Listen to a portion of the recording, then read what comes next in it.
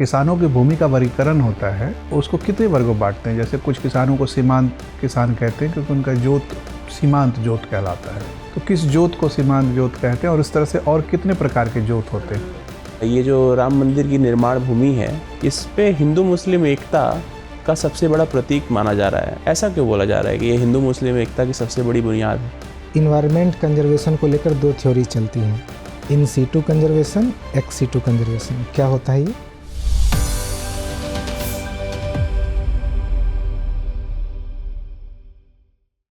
मैं सर कम इन। सर नमस्ते। नमस्ते, बैठ जाइए सचिन। Thank you sir. अपना परिचय दीजिए। सर मेरा नाम सचिन कुमार सिंह है, मैं सुल्तानपुर ज़िले का निवासी हूँ।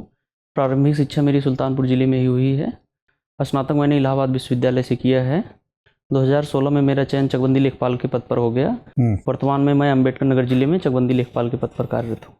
अच्छा, कब से हैं आप? सर 2016 से। तो काफ़ी लंबा अनुभव हो गया आपके पास, तो 7 साल हो गया सर। कब होगा प्रमोशन? प्रमोशन का वक्त तो करीब आ गया। सर प्रमोशन में अभी समय लगेगा सर। कितना वर्ष? अभी सर 96 बैच के प्रमोशन हो रहा है सर। तब तो बहुत वाकई समय लगेगा। तो अभी तक आपने काम करते करते क्या समझा सिस्टम के बारे में? सर मूलतः हम फील्ड में सर काम नहीं किए हैं। हमारा अटैचमेंट कलेक्ट्रेट ऑफिस में रेवेन्यू रिकॉर्ड रूम में हुआ है, तो वहाँ पे सर हमने काम किया है। डिजिटलाइजेशन रेवेन्यू रिकॉर्ड का तो लगभग पूरा हो गया है ना सर? अच्छा, कोई त्रुटि वगैरह आजकल बार बार हो रही है जो, वो क्या कंप्यूटर डेटा एंट्री करने वालों में कौशल की कमी है या इरादतन त्रुटि कर देते हैं? नहीं सर, वो गलती से सर हो जाता है। इतना बड़े लेवल पे गलतियां हो रही कई बार क्रॉस चेक होता है लेकिन फिर भी थोड़ा बहुत त्रुटि रह जाती है। बाद में पता चलने पर सर उसको सुधार किया जाता है। तो इसका मतलब कौशल की कमी है। इतने बड़े पैमाने पे त्रुटि होने का मतलब तो कौशल की कमी है सर। तो किस प्रकार से नियुक्ति हुई थी लोगों की कि डेटा एंट्री में इतनी गलतियां कर देते हैं?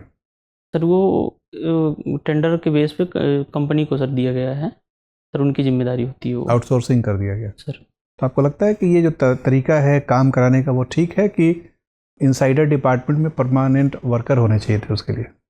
सर हमें लगता है कि आउटसोर्स व्यवस्था ठीक है, क्योंकि काम बहुत तेज़ी से होता है सर उससे। तो दायित्व निर्धारण तो नहीं हो पाता फिर? नहीं सर, दायित्व निर्धारण भी रहता है उसमें, लेकिन फिर भी इतने बड़े लेवल पे डिजिटाइजेशन होता है सर, थोड़ा बहुत तो उसमें त्रुटि रह जाती है। अच्छा, ठीक है। तो ये बताएं कि जो भूमि का, किसानों की भूमि का वर्गीकरण होता है उसको कितने वर्गों में बांटते हैं? जैसे कुछ किसानों को सीमांत किसान कहते हैं क्योंकि उनका जोत सीमांत जोत कहलाता है। सर। तो किस जोत को सीमांत जोत कहते हैं और इस तरह से और कितने प्रकार के जोत होते हैं? सर मुख्यतः 3 वर्गों में बांटा गया है। सीमांत किसान 1 हेक्टेयर से कम, सर लघु किसान 2 हेक्टेयर तक, और मध्यम किसान सर 4 हेक्टेयर तक, फिर उससे ऊपर जो है बड़े किसान माने जाते हैं सर 4 हेक्टेयर से ऊपर। ठीक है, तो 4 वर्ग हो गया ना सर? सीमांत, लघु, मध्यम और बड़े किसान। ठीक है। कोई बीच में लघु मध्यम भी बनाया गया था 4 से 10, ऐसा भी कुछ है सर? रिकॉल नहीं कर पा रहे हैं। अच्छा, कोई बात नहीं। तो सिंचित और गैर सिंचित 2 प्रकार की भूमि में वर्गीकरण किया जाता है सर। उसकी सीमाएं हदबंदी की अलग अलग हैं सर। आप जिस जिले में हैं, आपने कहा आप हैं अम्बेडकर नगर जिले में। अम्बेडकर नगर जिले में, उसमें क्या है सीमा हदबंदी? सीलिंग क्या है? सिंचित भूमि की सीलिंग क्या है और असिंचित की कितनी है? सॉरी सर, रिकॉल नहीं कर पा रहे। रिकॉर्ड में आप तो इतनी बार एंट्री करते होंगे, ऐसे ही याद हो जाता होगा। सर हम लोगों का काम मुख्यतः नकल जारी करना होता है। अच्छा, नक्शे जारी करते हैं? जी सर। ठीक है, तो ये बताएं कि यूपी में जो जमीन के नक्शे हैं वो कितने पुराने हैं और कब से उसका अद्यतनीकरण चल रहा है? सर बहुत पुराने, शुरू से ही नक्शे रखे गए हैं सर। ठीक है, तो अभी जो नक्शे उपलब्ध हैं वो किस वर्ष तैयार किए गए थे? सर जिस वर्ष उस ग्राम की चकबंदी हुई रहती है उसी वर्ष के नक्शे रहते हैं सर। जैसे जैसे चकबंदी होती है वैसे वैसे नक्शे जो है रिन्यू होते रहते हैं सर। अच्छा, सबसे पुराना नक्शा किस वर्ष का, ये ध्यान नहीं है? नहीं सर। क्या अंग्रेजों के आने के बाद ही नक्शे बने हैं, उसके पहले भी थे? सर अंग्रेजों तक का तो हम सर देखें 1896 का नक्शा सर। 1896 वाला देखा आपने? सर। ठीक है, तो अब आधुनिक नक्शे से कंपेयर करने से क्या फ़र्क नज़र आता है? नक्शों में एक्यूरेसी बढ़ गई है या पहले भी नक्शे अच्छे बना लेते थे अंग्रेज भी, सर हमें लगता है कि अंग्रेज़ों का नक्शा ज़्यादा अच्छा था। ज़्यादा अच्छा था। उनके सर जो इंक यूज हुआ है अभी तक सेम ऐसे ही बना हुआ है सर इंक। अभी इस समय जो नक्शे इंक यूज होता है वो 10-15 साल में सर वो फेड होने लगता है। तो क्या कारण है कि 125-150 साल बीतने के बाद टेक्नोलॉजी भी उन्नत हो गई है, सर नक्शे की गुणवत्ता और उसकी स्याही गुणवत्ता गिर क्यों गई? कभी इस पर विभाग में बहस वगैरह, चर्चा वगैरह होती है? सर ये बात तो है, लेकिन इसके सर विकल्प के रूप में नक्शों को डिजिटाइजेशन कर दिया जा रहा है जिससे वो परमानेंट वो हो जाते हैं, वो तो खैर ठीक है। चलिए कोई बात नहीं सचिन। सचिन जी, आप सुल्तानपुर से आते हैं। सर अलाउद्दीन खिलजी, सुल्तानपुर का नाम उसके नाम पर रखा गया, सुल्तान के नाम पर। सर 70 सालों के लोकतांत्रिक इतिहास के बाद सर आज के युग में कितना प्रासंगिक है ये? हिंदू मंदिरों को तोड़ा गया, सोमनाथ, भीलसा, देवागिरी, सर यहाँ तक कह दिया कि हिंदुओं का वजूद ख़त्म कर देना मेरा सबसे बड़ा धर्म होगा। सर तो लोकतांत्रिक इतिहास में 70 सालों से अभी हाल ही में इसकी नाम की चर्चा हो रही है कि नाम बदल देना चाहिए सुल्तानपुर का। सर अभी तक क्यों नहीं बदला? सर पहले भी चर्चा हुई है सुल्तानपुर ज़िले का नाम बदल के कुशभवनपुर रखने के लिए। लोगों में सर ये बात चर्चा में थी, लेकिन वर्तमान समय में प्रदेश सरकार द्वारा कई सारे ज़िलों के नाम बदले गए। उस आधार पर सुल्तानपुर में भी नाम बदलने की सर चर्चा तेज हो गई है। अच्छा, तो क्या प्रक्रिया होती है नाम बदलने की?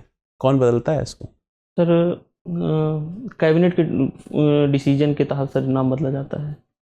कैबिनेट के डिसीजन के? राज्य सरकार बदलती है, केंद्र सरकार? नहीं सर, राज्य सरकार बदलती है। अच्छा, और राज्यों का नाम कैसे बदला जाता है? राज्यों का नाम बदलने के लिए संविधान के अनुच्छेद 2 के तहत सर प्रावधान किया गया। 2 के तहत कि 3 के तहत? सॉरी सर, रिकॉल नहीं कर पा रहे हैं। अनुच्छेद 3 के तहत क्या प्रक्रिया है उसमें? 3 में संसद में सर साधारण सामान्य बहुमत से बिल पास करके सब बदला जाता है। अच्छा, बहुत बढ़िया।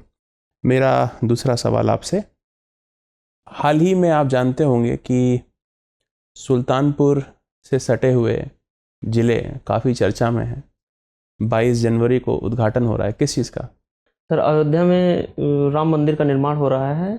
माननीय प्रधानमंत्री जी द्वारा 22 जनवरी को प्राण प्रतिष्ठा की जाएगी रामलला की मूर्ति का। सर उसी का उत्सव प्रदेश में चल रहा है इस समय। अच्छा, ऐसा भी बताया जाता है कि राम मंदिर और ये जो राम मंदिर की निर्माण भूमि है, इस पे हिंदू मुस्लिम एकता का सबसे बड़ा प्रतीक माना जा रहा है। राम जन्मभूमि का तीर्थ स्थान, ऐसा क्यों बोला जा रहा है कि ये हिंदू मुस्लिम एकता की सबसे बड़ी बुनियाद है?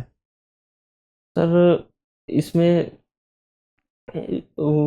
ज़मीन को लेके सर विवाद था। पहले मस्जिद थी, 90s के दौर में सर उसका डिमोलिशन हुआ, फिर सुप्रीम कोर्ट तक सर मुकदमा चला, लेकिन उसके बाद निर्णय आने के बाद 9 नवंबर 2019 जो उसके पैरोकार थे मस्जिद के, इकबाल अंसारी जी, उनके द्वारा मंदिर निर्माण का समर्थन किया गया।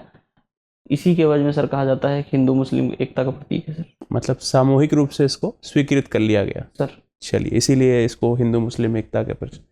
अच्छा, ये जो राम मंदिर टेम्पल बनाया जा रहा है सर, इसको साउथ के टेम्पलों के आर्किटेक्चर से कितना डिफरेंट है?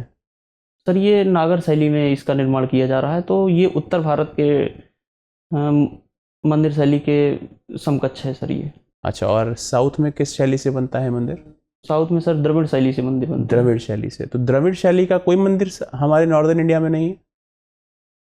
सॉरी सर, रिकॉल नहीं कर पा रहे हैं। तो मुझे ये बता दीजिए कि क्यों आखिर द्रविड़ शैली ही साउथ में ज़्यादा देखी गई है और ख़ास करके नागर शैली जो है वो दक्षिण भारत में, उत्तर भारत में देखी जा रही है? सर दक्षिण में द्रविड़ शैली के अंतर्गत राजा मंदिर निर्माण का रुचि लेते थे, वो एक प्रकार से नगर शैली का वो उदाहरण बन जाता था सर। अच्छा, और उत्तर भारत में? उत्तर भारत में जो मंदिर बनते हैं मुख्यतः वो पूजार्थक रूप में बनाए जाते थे। शाबाश, बहुत बढ़िया सर। सचिन, पूना पैक्ट के बारे में सुना है आपने? सर क्या था Poona pact? Sir Poona pact Gandhi ji और अंबेडकर के बीच में समझौता हुआ था कम्युनल अवार्ड को लेकर। सर किसको दिया गया था कम्युनल अवार्ड? सर इसमें जो है दलितों के लिए विशेष सीट का प्रावधान किया गया था। तो विधायिका। दोनों का क्या क्या पक्ष था बताइए, गांधी जी क्या कह रहे थे और अंबेडकर जी क्या कह रहे थे? गांधी जी दलितों के लिए सीट आरक्षण के सर खिलाफ थे, उन्हें सीट देने के लिए, लेकिन सॉरी सर रिकॉल नहीं कर पा रहे हैं। गांधी जी दलितों के आरक्षण के खिलाफ थे ये कह रहे हैं? नहीं सर, खिलाफ नहीं थे वो पृथक निर्वाचक मंडल का विरोध कर रहे थे, सर। आरक्षण का पक्ष ले रहे थे। सर आरक्षण का पक्ष जी। क्या अंतर होता है पृथक निर्वाचक मंडल और आरक्षण में? पृथक निर्वाचन मंडल में सर उस वर्ग के ही लोग जो है वोटिंग करते सर। मतलब उम्मीदवार भी वही होंगे, वोटर भी वही होंगे। सर। और गांधी जी कह रहे थे कि आरक्षण होना आरक्षण चाहिए। होना चाहिए, सब लोग वोटिंग करेंगे सर। मुसलमानों को कब दिया गया था पृथक निर्वाचन की सुविधा? 1909 में सर, जहाँ तक किस मुझे एक्ट के तहत? मार्ले मिंटो सुधार एक्ट। पार्लियामेंट एक्ट के तहत। उसके पहले मुस्लिम लीग बन गया था या उसके बाद सर मुस्लिम लीग बन बना? चुका था मुस्लिम लीग उसके पहले बना। सर। किसने स्थापना की थी? आगा खान ने सर स्थापना की थी। और सॉरी सर रिकॉल नहीं कर ढाका के नवाब थे सलीमुल्लाह, सलीम। उन्होंने की थी। कई लोग कहते हैं कि यह जो है कमांड परफॉर्मेंस के अंतर्गत मुस्लिम लीग की स्थापना हुई थी, यानी कि पहले ये लोग जाते हैं, मिंटो से मिलते हैं, सर। फिर मिंटो ने कहा कि ये सब मांग रखिए, हम आपको स्वीकार कर लेंगे। क्या ये बात ठीक है? सर ये तुष्टीकरण के तहत अंग्रेजों के जो है फूट डालो और राज करो नीति के तहत इसकी स्थापना हुई थी सर। तो इससे आप मानते हैं कि इतिहास में सांप्रदायिक विभाजन को बढ़ावा मिला। सर। फिर 1916 में एक पैक्ट होता है, कौन सर। सा पैक्ट, ध्यान कर पा रहे हैं? सर लखनऊ समझौता होता है। क्या हुआ था उसमें? उसमें कांग्रेस और मुस्लिम लीग के मध्य समझौता हुआ था सर। और उसमें क्या इस बात को मान लिया गया कि सेपरेट इलेक्टोरेट ठीक व्यवस्था है? सॉरी सर रिकॉल नहीं कर पा रहे अच्छा कोई बात नहीं। आप ये बताइए कि इन्वायरमेंट कंजर्वेशन को लेकर दो थ्योरी चलती हैं, in situ conservation, ex situ conservation. क्या होता है ये? सर इन सीटू कंजर्वेशन के तहत किसी जीव का उसके निवास स्थान में ही संरक्षण किया जाता है। ठीक है। एक्स सीटू कंजर्वेशन के तहत उसके जीव के बाहर उसके निवास स्थान के बाहर लैब में, जीन बैंक में, इन सब जगहों में उसका एक एक एग्जांपल दीजिए दोनों का। National park sir in situ है और ठीक जीन है। बैंक सर एक्स सीटू है। यूपी में कोई नेशनल पार्क है? सर कौन सा? Dudhwa national park. और बायोस्फीयर रिजर्व है कोई? नहीं सर यूपी में नहीं है। नहीं है। कितने बायोस्फीयर रिजर्व हैं? सर 18 बायोस्फीयर रिजर्व है। 18 बायोस्फीयर रिजर्व। ये बताइए एमएई प्रोग्राम कहाँ चलाया जाता है, नेशनल पार्क में या बायोस्फीयर रिजर्व में? बायोस्फीयर रिजर्व में सर। ठीक है सर। सचिन, सर सचिन तेंदुलकर का नाम अब अमर हो गया है सर। क्या क्या उनकी बड़ी उपलब्धियां मानी जाएंगी? सर क्रिकेट की दुनिया में महानतम बल्लेबाज हैं सर। वो सर्वाधिक रन बनाए हुए हैं उन्होंने, सर्वाधिक शतक लगाया हुआ है उन्होंने, सर्वाधिक टेस्ट मैच खेले हुए हैं उन्होंने, सर्वाधिक वनडे मैच खेले हुए हैं। ये सब अभी बरकरार है रिकॉर्ड कि कुछ रिकॉर्ड टूट गए हैं? नहीं सर बरकरार है। टोटल वनडे, सर्वाधिक वनडे में शतक लगाने का रिकॉर्ड विराट कोहली द्वारा तोड़ा गया है। अच्छा, क्या लगता है कि बाकी रिकॉर्ड भी टूट जाएंगे?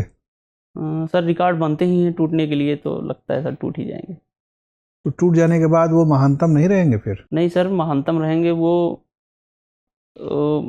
इस समय वर्तमान समय में आईसीसी के नियम्स जो हैं बल्लेबाजों के पक्ष में ज़्यादा झुके हुए दिखाई देते हैं, इसलिए रन बनाना आसान हो गया है। उनके समय में सर महान गेंदबाज भी हुए हैं, इसलिए उनके द्वारा बनाया गया रन सर ज़्यादा महान लगता है। सचिन नाम का कोई महत्वपूर्ण स्थान भी है क्या? सर शायद एक रेलवे स्टेशन का नाम है सर ये।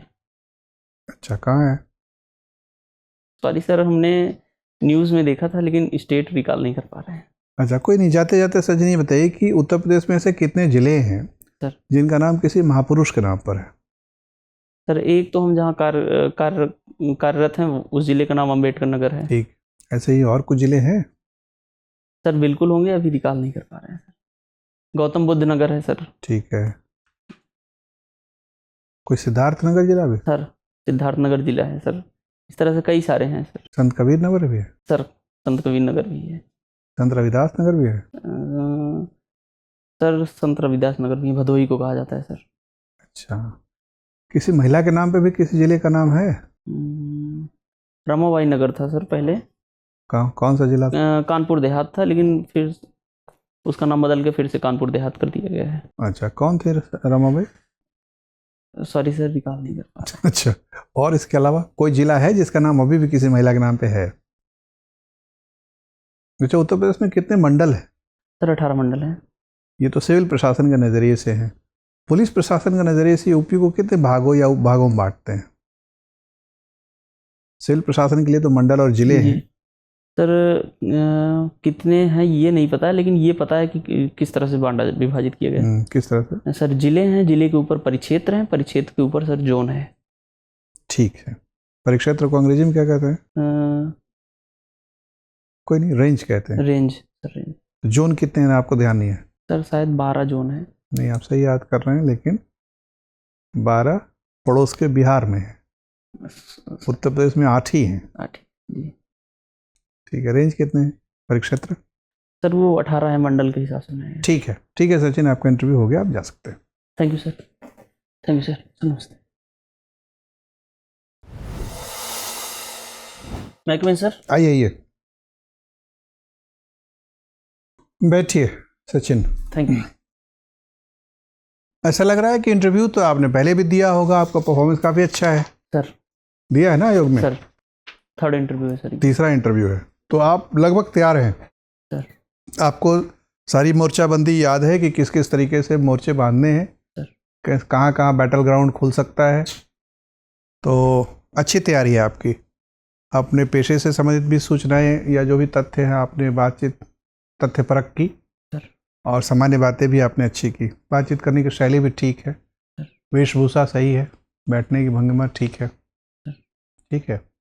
चेहरे पे भाव थोड़ा सा दबा हुआ दिख रहा है, तो थोड़ा सा कॉन्फिडेंट लुक रखें सर। आत्मविश्वास रखें, क्योंकि आत्मविश्वास कम दिखने का कोई कारण नहीं है सर। ठीक है सर। तो स्माइलिंग फेस है, ये तो अच्छी बात है। जी सर। तो एक ये भी कर सकते हैं कि थोड़ा सा पीछे सरक के बैठे, ताकि लगे कि कुर्सी को अधिकार के साथ कुर्सी पकड़ा है सर। और अधिकार के साथ पहुंचे भी हैं। ऐसा थोड़ी कि सर फ्री भी कुर्सी पहुंच गए। सर। तो थोड़ा सा आराम से टिक के बैठें, सर। और अच्छा है, लगभग हर पहलू ठीक है। सर बातचीत, प्रश्न आप ध्यान से सुन रहे हैं, प्रश्न के मर्म को समझ रहे हैं। सर। उत्तर में वस्तुनिष्ठता भी आपने लगभग रखी है सब जगह। कोई भ्रामक बात आप नहीं कह रहे हैं, जो गलतियां कई बार लोग कर देते हैं। सर।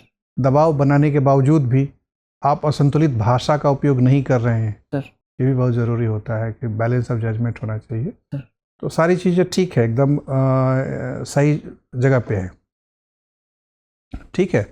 बाकी आपको सब चीज़ पता ही है, तो यूपी के बारे में थोड़ी बहुत जानकारी और अपना बढ़ाते रहिए।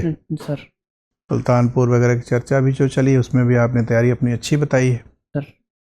ठीक लग रहा है, कोई विशेष मरम्मत की ज़रूरत नज़र नहीं आ रही है। मतलब कोई आपने बड़ी गलती की नहीं तो क्या बताया जाए, सब सही चल रहा है। पहले कितने अंक आए थे? सर 63 आए थे। और दोनों अटेम्प्ट में 63? सर 22 में 63 आए थे, उसके पहले सर 60 आए थे। 60-63 के रेंज में आपको रोक रखा है। सर 70 चाहिए हो कम से कम। आप 10-15 नंबर का लीड ले सकते हैं, बस थोड़ा सा कॉन्फिडेंस लेवल थोड़ा सा बढ़ा के रखिए सर। ना ही करिए, और उसके लिए थोड़ा सा अभ्यास कर लीजिए। देखिए, विनम्रता अपनी जगह पे अच्छी बात होती है सर, लेकिन विनम्रता के साथ साथ थोड़ी सी मुखर होना भी ज़रूरी होता है। सर। तो थोड़ा मुखर होकर बात करें, कोई कारण नहीं है आपके लिए थोड़ा भी दब के बात करने का। सर। तो एकमात्र यही सजेशन है आपके लिए। सर थोड़ा कॉन्फिडेंस हाई करके जाए सर। उसके लिए थोड़ा सा बहुत आवाज़ ऊंची भी कर सकते हैं, 5-7%।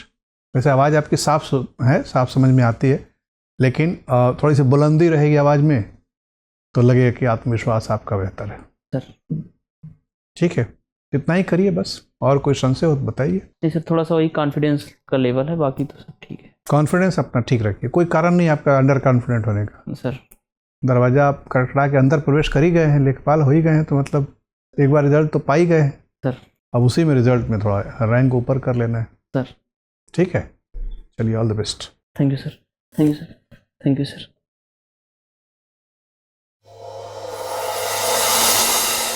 डियर व्यूअर्स, अपने एग्जाम की तैयारी को और बेहतर करने के लिए हमारे चैनल को लाइक, शेयर और सब्सक्राइब करना न भूलें।